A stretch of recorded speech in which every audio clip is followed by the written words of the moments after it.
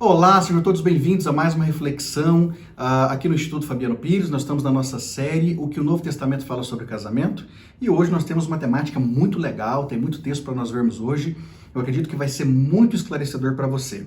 Meu pedido inicial, como sempre, é que você se inscreva no nosso canal, caso não seja uma pessoa inscrita, da mesma maneira que você possa curtir o vídeo para que ele se torne extremamente relevante e chegue a mais pessoas, e ao mesmo tempo que você possa curtir, compartilhar com pelo menos 3 ou 5 pessoas do seu ciclo de relacionamento, para que essas pessoas também sejam abençoadas com aquilo que nós vamos ver hoje, tá bom? Bem, nosso texto de hoje tem como temática: Deus tem um projeto ideal que não é negociável. Infelizmente, esse tema é um pouquinho polêmico, principalmente por conta do texto que nós vamos usar, mas o que está na Bíblia precisa ser dito e não tem como nós fugirmos disso, não é? Nós vamos tomar como base hoje o texto de Romanos, capítulo 1 e versículo 18 em diante. Então é um texto, repito, que a maioria das pessoas não gostam muito de fazer menção, principalmente pelo fato de que ele vai trazer algumas realidades, ou por que não dizer algumas verdades, que as pessoas não querem encarar, principalmente por conta de uma série de elucubrações que nós temos hoje no nosso cotidiano, ou seja, pessoas das mais diferentes religiões, credos, formas de pensamento e etc., que ficam dizendo aquilo que a Bíblia não diz, e como nós estamos aqui preocupados em, de fato, estudar o que o Novo Testamento diz sobre determinada temática, nós escolhemos justamente o casamento, então não tem como nós corrermos dessa circunstância, tá bom? Mas pode ficar tranquilo, não é a minha intenção, sob hipótese nenhuma, fazer polêmica, nós só vamos estudar o texto para que nós possamos esclarecer isso na nossa mente. Bom, primeira coisa que nós precisamos pensar é que muita gente corre do livro de Romanos, ou por que não dizer da carta de Paulo aos Romanos, justamente porque a carta de Paulo aos Romanos é uma carta muito sincera, ela é muito verdadeira, e Paulo toca em alguns assuntos de maneira muito frontal e que fere o ego de muitas pessoas. As pessoas não gostam de ter o ego ferido, porque na verdade quando alguém tem o ego ferido, ela tem que mudar de comportamento. E a maioria de nós não gosta de mudar de comportamento, porque acredita que está caminhando num caminho muito correto, então não precisa mudar absolutamente nada. E principalmente a partir do versículo 18, capítulo 1, quando as pessoas começam a perceber que Paulo já inicia sua carta falando de comportamentos muito pessoais, em especial sexuais, as pessoas então entortam o bico e franzem a sobrancelha, como se isso fosse resolver o problema. Então não tem como resolver. A Bíblia está aí para que nós possamos lê-la de modo completo, para que nós possamos compreendê-la, para que nós possamos absorvê-la, no sentido de vivermos os textos e os seus ensinamentos, e consecutivamente também a Bíblia está aí para que nós possamos ensinar a outras pessoas. Então nós vamos começar a reflexão do texto falando aqui no capítulo 1, versículo 18 a 23, até o versículo 23, que diz assim: Portanto, a ira de Deus é revelada dos céus contra toda impiedade e injustiça dos homens, que suprimem a verdade pela injustiça. Pois o que de Deus se pode conhecer é manifesto entre eles, porque Deus lhes manifestou. Pois desde a criação do mundo, os atributos invisíveis de Deus, seu eterno poder e a sua natureza divina têm sido vistos claramente, sendo compreendidos por meio das coisas criadas. De forma tal que tais homens são indesculpáveis, porque, tendo conhecido Deus, não glorificaram como Deus, nem lhe renderam graças. Mas os seus pensamentos tornaram-se fúteis e o coração insensato deles obscureceu-se. Dizendo-se sábios, tornaram-se loucos e trocaram a glória do Deus imortal por imagens feitas segundo a semelhança do homem mortal, bem como de pássaros, quadrúpedes e répteis. Então nós temos aqui, na verdade, já nesses primeiros versículos, uma fala muito contundente da parte de Paulo, mostrando a indignação de Deus com relação ao ser humano ou às ações do ser humano, porque Deus se mostra irado por conta de o homem simplesmente ter virado as costas para ele. Se você observar toda a leitura do Antigo Testamento, principalmente quando Deus fala muito com Israel, e os exemplos de Israel nos servem evidentemente nesse aspecto, Deus sempre falou contra uma situação chamada idolatria. Talvez seja, pelo estudo da Bíblia Sagrada nos seus 66 pequenos livros, o pecado mais abominável aos olhos de Deus é justamente a idolatria. É a pessoa colocar no lugar de Deus, ou seja, do altar da adoração a Deus, qualquer tipo de pessoa, objeto, coisa, não interessa. E Deus abomina muito essa situação. E esses primeiros versículos aqui, a partir do 18 até o versículo 23, está dizendo que Deus ira-se com o homem justamente por conta da situação de ele ter tomado a decisão de permanecer não só em pecado, mas principalmente num pecado muito descarado, que é a idolatria. É deixar, repito, de adorar Deus para adorar pessoas, coisas, inclusive deuses feitos por mãos humanas, que é o que o texto diz com toda clareza. Depois, os próximos dois versículos 24 e 25 dizem assim: por isso Deus os entregou à impureza sexual, segundo os desejos pecaminosos do seu coração, para a degradação do seu próprio corpo entre si. Trocaram a verdade de Deus pela mentira e adoraram e serviram as coisas e seres criados em lugar do Criador, que é bendito para sempre. Amém. Então, aqui nesses outros dois versículos, nós temos o aprofundamento do pecado do ser humano. Deus simplesmente deixou que essas pessoas fizessem o que eles quisessem, dentro daquilo que nós conhecemos como vontade permissiva. Não era a vontade ideal de Deus, mas eles assim quiseram, Deus então acabou autorizando, e esses pecados que essas pessoas resolveram cometer, principalmente pecados de idolatria, as conduziram também a pecados sexuais. É bom dizer que Paulo está falando para um público que tinha muito essa ideia, né? Tinha uma ideia muito arraigada na sua mente, que alguns cultos deveriam ser regados a muito sexo, né? É por isso que naquela época existiam em muitas localidades os prostitutos e prostitutas cultuais. A pessoa ia a um templo oferecer algum tipo de sacrifício a qualquer deus, e ali também ela aproveitava para ter relações sexuais com essas pessoas que eram prostitutos cultuais, tá bom? Depois 26 e 27, por causa disso Deus os entregou a paixões vergonhosas, até suas mulheres trocaram suas relações sexuais naturais por outras, contrárias à natureza. Da mesma forma, os homens também abandonaram as relações naturais com as mulheres e se inflamaram uns com os outros. Começaram a cometer atos indecentes, homens com homens, e receberam em si mesmos o castigo merecido pela sua perversão. Então a Bíblia aqui vai tocar num assunto que, repito, é um assunto que a maioria das pessoas hoje não gosta de falar, principalmente pessoas que não são cristãs, mas hoje muitos cristãos têm uma mentalidade um pouquinho já mais aberta com relação a esse sentido, e dizer que a mentalidade é aberta não é dizer que a mentalidade é certa, é correta, mas a Bíblia vai dizer que nesse aprofundamento de pecado as pessoas começaram inclusive a literalmente negar a ideia de um relacionamento sexual comum, e a Bíblia chama aqui de um relacionamento natural, para cometer relacionamentos antinaturais. E a Bíblia chama esses relacionamentos de antinaturais, num contexto bem claro, relacionamentos homossexuais, homens com homens e mulheres com mulheres. E é mais que evidente que aqui a Bíblia está dizendo que essas pessoas, infelizmente, por conta das suas ações, acabam tendo reações, não é? É mais ou menos como a lei da física, toda ação tem sua reação. Então, cada decisão traz reações positivas ou negativas, boas ou ruins. E essas pessoas, segundo Deus, acabam tendo o castigo merecido pela sua perversão. Depois, versículos 28 em diante, diz assim: além do mais, visto que desprezaram o conhecimento de Deus, ele os entregou a uma disposição mental reprovável para praticarem o que não deveriam. Tornaram-se cheios de toda sorte de injustiça, maldade, ganância e depravação. Estão cheios de inveja, homicídio, rivalidades, engano e malícia. São bisbilhoteiros, caluniadores, inimigos de Deus, insolentes, arrogantes e preguiçosos. Inventam mentiras, e praticam todo tipo de mal, desobedecem a seus pais, são insensatos, desleais, sem amor pela família, implacáveis. Embora eu conheça o justo decreto de Deus, de que tais pessoas merecem a morte, não somente praticam, mas também aprovam as práticas de outras pessoas que as praticam. Então aqui o texto encerra justamente dizendo que a degradação é de tal maneira, justamente pelo fato de que as pessoas viraram as costas para Deus, que Deus permitiu que elas fizessem o que elas quisessem, e inclusive o próprio texto vai dizer que é condenável a morte as pessoas que praticam toda essa lista enorme de pecados que eu acabei de citar, ou de comportamentos desregrados, né? Comportamentos que realmente desafiam a moral, o pudor e a vontade do Senhor Deus para essas pessoas. E aí o Senhor Deus então simplesmente entregou essas pessoas para que elas pudessem fazer o que elas quisessem, e evidentemente cada plantio gera consigo as suas colheitas.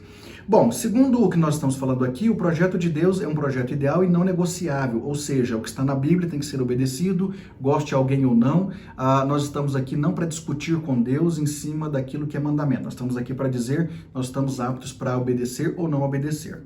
Então o projeto de Deus é inegociável, e no que se relaciona a casamento, já que estamos falando de casamento à luz do Novo Testamento, o projeto ideal de Deus desde o Gênesis primeiro, casamento heterossexual, por isso que Deus criou macho e fêmea, e isso já está descrito lá no Gênesis, e depois é repetido em algumas vezes no Novo Testamento. Então Deus criou macho e fêmea e os uniu pelo relacionamento de casamento. Portanto, relacionamento heterossexual, gêneros diferentes se casando para constituir família. Depois, em segundo lugar, o projeto ideal de Deus envolve a vida em monogamia, ou seja, 1 para 1. É por isso que no Éden Deus não criou 2, 3 para 1. Deus criou 1 para 1, relação monogâmica. Em terceiro lugar, uma relação de interdependência. É por isso que a mulher é feita da costela do homem, e depois coisa é devolvida a ele. Então, numa relação de complementação e de interdependência, um dependendo do outro. E, em quarto lugar, essa relação também dentro do projeto ideal de Deus é uma relação que deveria perdurar por toda a existência do casal, ao invés de ficar nesse pula de galho em galho, como a gente tem acompanhado hoje na nossa sociedade, de maneira muito comum, mas nada correto segundo as Escrituras. Agora, ainda que nós tenhamos aí no nosso mundo moderno muitos tipos de falas, eu quero dizer para você mais uma vez que o que a Bíblia diz não é negociável e nós temos que aceitar ou não. Vai depender de nós temos liberdade de escolha e cada um escolhe aquilo que bem entende. Eu só quero ler com você alguns textos e destacar algumas palavras que demonstram o quanto que para Deus é detestável práticas que não se coadunam com esse projeto ideal dele, de um relacionamento entre um homem e uma mulher, que possam se ajustar, construir família, vindo depois os filhos, e tendo inclusive um relacionamento sexual muito saudável para as duas partes. Esse próprio texto de Romanos, capítulo 1, versículos 28 a 32, que eu acabei de ler, eu queria destacar pelo menos 5 expressões que são voltadas para essa questão. Primeiro, disposição mental reprovável. Então, Deus entregou as pessoas que preferem a vida de pecado a uma disposição mental reprovável. Essas pessoas estão constantemente pensando, desejando e até praticando, por que não dizer, aquilo que não deveria, porque é reprovável aos olhos e vontade de Deus. Depois também o texto fala sobre depravação, sobre malícia, sobre essas pessoas serem desleais, e o que envolve, evidentemente, a relação marido e mulher, e também sem amor pela família. Então, só nesse texto nós temos 5 expressões que fazem menção justamente de algo que desagrada muito a Deus, dentro do comportamento daqueles que literalmente dizem, eu quero viver a minha vida da maneira que eu acho que é correta. Depois, 1 aos Coríntios, capítulo 6, versículos de 9 a 11, vai dizer assim, vocês não sabem que os perversos não herdarão o reino de Deus? Não se deixe enganar, nem imorais, nem idólatras, nem adúlteros, nem homossexuais passivos ou ativos, nem ladrões, nem avarentos, nem alcoólatras, nem caluniadores, nem trapaceiros herdarão o reino de Deus. Assim foram alguns de vocês, mas vocês foram lavados, foram santificados, foram justificados no nome do Senhor Jesus Cristo e no Espírito do nosso Deus. Então aqui Paulo está escrevendo aos irmãos de Corinto, dizendo, inclusive citando uma lista enorme de possibilidades de erros chamados pecados, que as pessoas têm cometido ao longo da sua vida e que fazem com que elas percam a condição de herdar o reino dos céus. E aí eu cito pelo menos 3 expressões nessa lista de pecados, que são pessoas imorais, pessoas adúlteras e homossexuais passivos e ativos. Eu estou usando aqui a tradução NVI, que faz a menção dessa expressão dessa forma. Então nós estamos vendo que realmente a imoralidade, o adultério, a falta de amor pela família, a depravação, a própria homossexualidade são comportamentos que não são aprovados pela pessoa do próprio Deus, que é o nosso Criador. Gálatas capítulo 5, versículo 19, diz o seguinte, ora, as obras da carne são manifestas, imoralidade sexual, impureza, libertinagem, idolatria, feitiçaria, ódio, discórdia, ciúmes, ira, egoísmo, dissensões, facções, inveja, embriaguez, orgias e coisas semelhantes. Eu os advirto, como antes já os adverti, que aqueles que praticam essas coisas não herdarão o reino de Deus. Então agora Paulo está escrevendo aos irmãos da Galácia e falando também sobre uma lista de pecados que essas pessoas cometem, que tira delas o privilégio de poderem entrar no reino dos céus. Dentre essas expressões, eu cito mais uma vez imoralidade sexual, ciúmes, impurezas e orgias. Tudo isso é condenável sim aos olhos do Senhor Deus. Efésios capítulo 5, a partir do versículo 3. Entre vocês não deve haver nem sequer menção de imoralidade sexual, como também de nenhuma espécie de impureza e de cobiça, pois essas coisas não são próprias para os santos. Não haja obscenidade, nem conversas tolas, nem gracejos imorais que são inconvenientes, mas ao invés disso, ações de graças. Porque vocês podem estar certos disso, nenhum imoral ou impuro ou ganancioso que é idólatra tem herança no reino de Cristo e de Deus. Ninguém nos engane com palavras tolas, pois é por causa dessas coisas que a ira de Deus vem sobre os que vivem na desobediência. Portanto, não participem com eles dessas obras. Aí agora Paulo está escrevendo aos irmãos de Éfeso, também trazendo aqui uma enorme lista de comportamentos desregrados, comportamentos que desagradam frontalmente a vontade do Senhor Deus. E dentre esses comportamentos eu cito as seguintes expressões: imoralidade sexual, impureza, obscenidades, conversas tolas, gracejos imorais, o que envolve inclusive piadas, imoralidade e também impureza. Então tudo isso aos olhos do Senhor Deus, segundo o que Paulo está dizendo para nós, é condenável. Colossenses capítulo 3, versículo 5. Assim façam morrer tudo que pertence à natureza terrena de vocês. imoralidade sexual, impureza, paixão, desejos maus, ganância, idolatria. E é por causa dessas coisas que vem a ira de Deus sobre os que vivem na desobediência, as quais vocês praticaram no passado quando costumavam viver nelas. Mas agora, abandonem todas essas coisas: ira, indignação, maldade, maledicência, linguagem indecente no falar. Não mintam uns aos outros, visto que vocês já se despiram do velho homem com suas práticas e se revestiram do novo, o qual está sendo renovado em conhecimento, à imagem do seu Criador.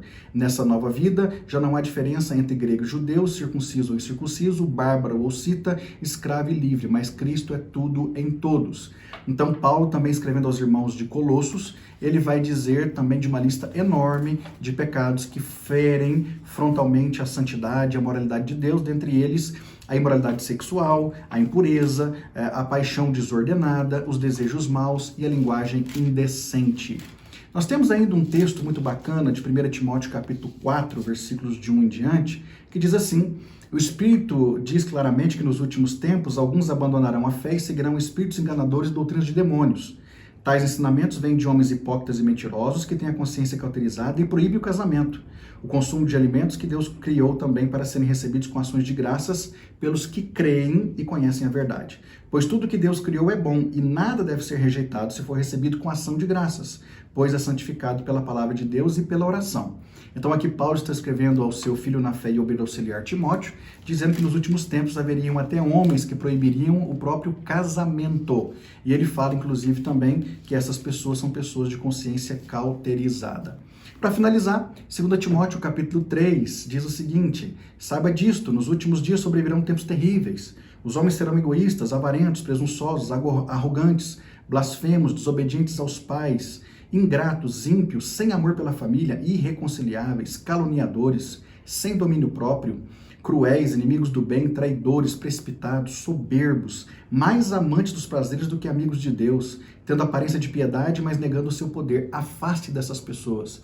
Então aqui Paulo também escrevendo uma outra carta ao seu filho na fé Timóteo, ele vai dizer sobre toda essa lista, e eu destaquei sem amor pela família, traidores e mais amantes dos prazeres do que amigos de Deus. E eu encerro para você dizendo uma palavra que está também nessa carta de Paulo a Timóteo, a segunda carta, capítulo 4, versículo 1. Na presença de Deus, de Cristo Jesus, que há de julgar os vivos e os mortos por sua manifestação e pelo seu reino, eu o exorto solenemente. Pregue a palavra, esteja preparado a tempo e fora de tempo, repreenda, corrija, exorte com toda a paciência e doutrina. Pois virá o tempo em que não suportarão a sã doutrina, ao contrário, sentindo o coceiro nos ouvidos, juntarão mestres para si mesmos, segundo os seus próprios desejos. Eles se recusarão a dar ouvidos à verdade, voltando-se para os mitos. Você, porém, seja moderado em tudo, suporte os sofrimentos, faça a obra de um evangelista e cumpra cabalmente o seu ministério. Paulo aqui está sendo um vaso nas mãos de Deus ao orientar Timóteo e dizer que nos últimos tempos as coisas ficaram cada vez mais difíceis. Nós estamos vivendo esses últimos tempos. Inclusive tempos em que as pessoas estão acumulando para si próprias, como diz o texto, alguns tutores, alguns mestres, alguns professores, que de repente estão ensinando apenas aquilo que eles querem ouvir e não a verdade dos fatos, que é a palavra de Deus. Repito para você que a ideia aqui não é gerar polêmica, a ideia aqui é dizer que aquilo que é certo, o que é errado é errado. Aos olhos de Deus, o que nós conhecemos como certo está na Bíblia, mas aquilo que é errado também está aqui descrito para que nós possamos praticar apenas o bem e sermos abençoados pelo Senhor da nossa vida. Com tudo que eu disse, se for necessário, volte lá, ouça de novo, anote os versículos bíblicos para você estudar, porque nós precisamos ser realmente pessoas que entendam que o projeto de Deus é um projeto ideal e os seus valores não são negociáveis. Pensa nisso.